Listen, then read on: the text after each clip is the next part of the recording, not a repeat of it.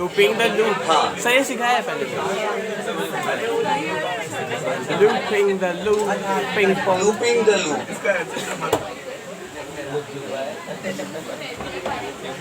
Loop यानी circle होता है, सर्कल यानी कंप्लीट सर्कल बन जाए तो उसको लूप बोलते हैं, फांसी का फंदा जैसा। फांसी का फंदा। तो सपोज स्ट्रिंग ऑफ डेथ।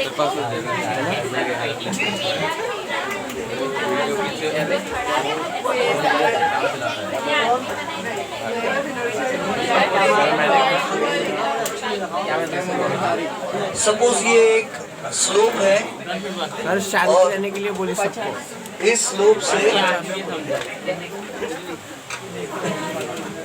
किसी को वर्टिकल सर्कुलर मोशन परफॉर्म करना है यहाँ से। ऑलमोस्ट परफेक्ट स्ट्रेट है। There is an object here.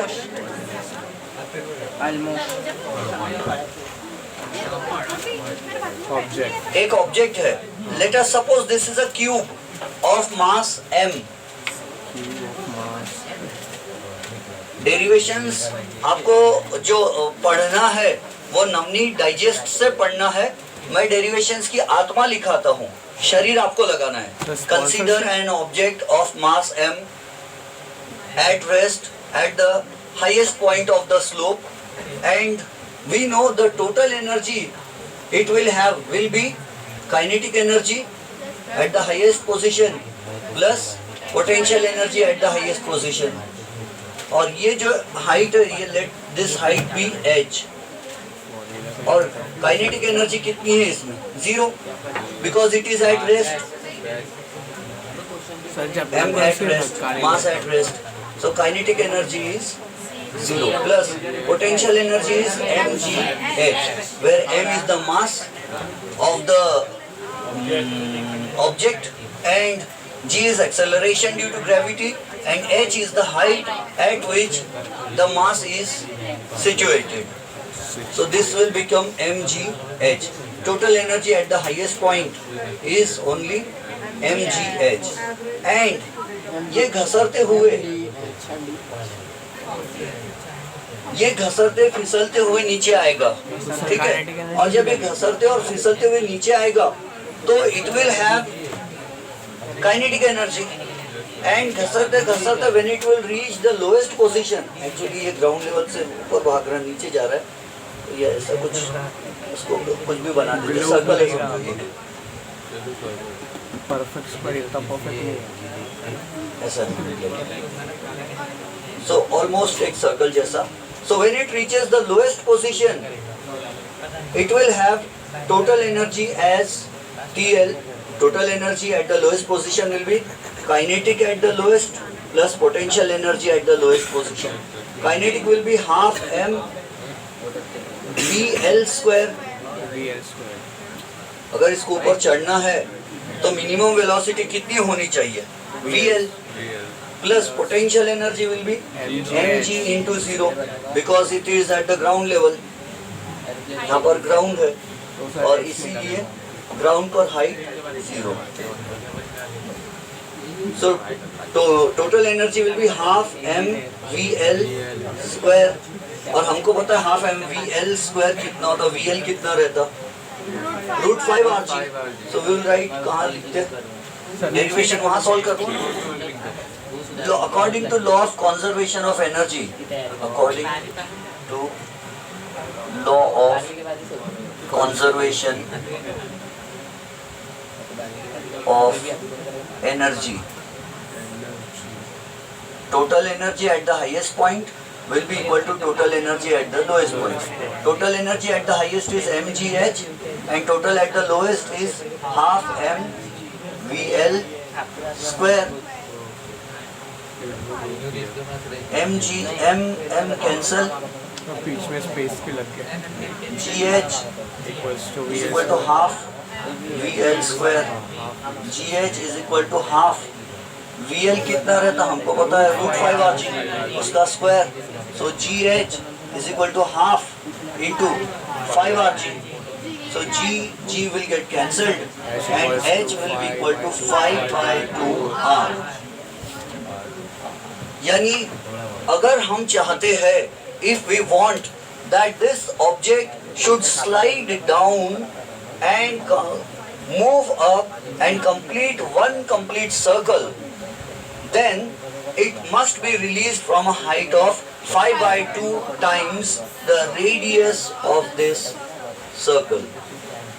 इसकी रेडियस इतनी है r, यहाँ से करें तो 2r, और ये थोड़ा सा ऊपर, तो यहाँ कितनी हाइट से मिनिमम कितनी हाइट से इसको घसराना जरूरी है अगर हम चाहते कि ये यहाँ से ऐसा जाए, ऊपर जाए और घूमे और ऐसा मार के कम से कम एक बार चक्कर लगा के आ जाए, तो उसके लिए मिनिमम हाइट उसकी चाहिए।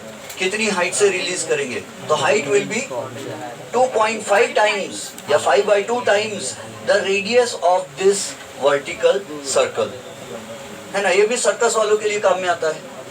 और सर्कस वाले क्या कर सकते हैं, किसी चीज को घसर आएंगे यहाँ पर और वो ऐसे आके, समझ रहे हो? तो ऐसी बात है। यहाँ ऑब्जेक्ट बनाएंगे, क्लाउन भी बना देंगे। ग्राउंड है ना, ये क्लाउन बना दो बोल रहा हूँ। क्लाउन, हाँ क्लाउन कैसे घसरेंगे? लेकिन नहीं सर, आपने बोला ना सर्कस में क्लाउन,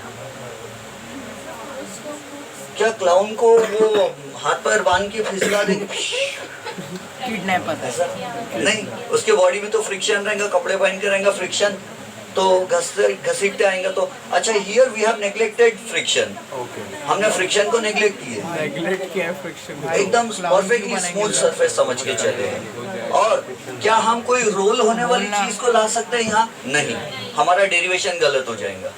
अगर मैं बोलूंगा कि यहाँ एक फुटबॉल है और ये फुटबॉल ऐसा घसरते हुए आता है और यहाँ से ऊपर जाता है, तो ये गलत हो जाएगा। क्योंकि जब यहाँ से फुटबॉल आएगा तो it will have linear kinetic energy as well as rotational kinetic energy.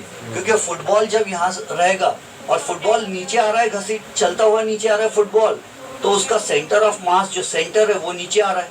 हम बोलेंगे फुटबॉल नीचे आया, और कैसे आया? सीधी लाइन में आया, तो it will have linear velocity. लेकिन फुटबॉल गोल गोल गोल गोल घूमते आएगा रोल होते हुए, तो हम बोलेंगे फुटबॉल में रोटेशनल काइनेटिक एनर्जी भी है।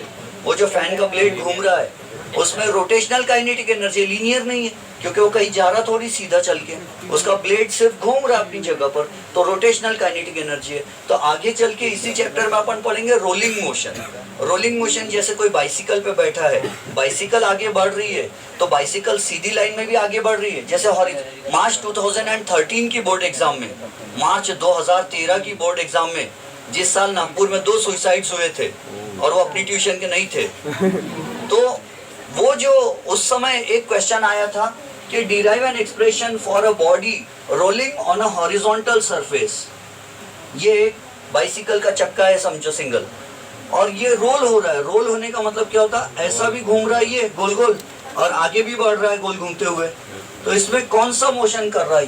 ये रोलिंग मोशन है। रोल होने का मतलब होता है सीधे भी आगे जाए, थोड़ी देर के बाद ये चक्का यहाँ मिलेगा अपन को, will find this wheel at this new position. तो ये सीधा चल के आया होगा तभी तो यहाँ पहुंचा, और ये तो हमको घूमता हुआ भी दिख रहा है, ऐसा घूमता दिखता है, यानी ऐसा ऐसा चलता हुआ आया।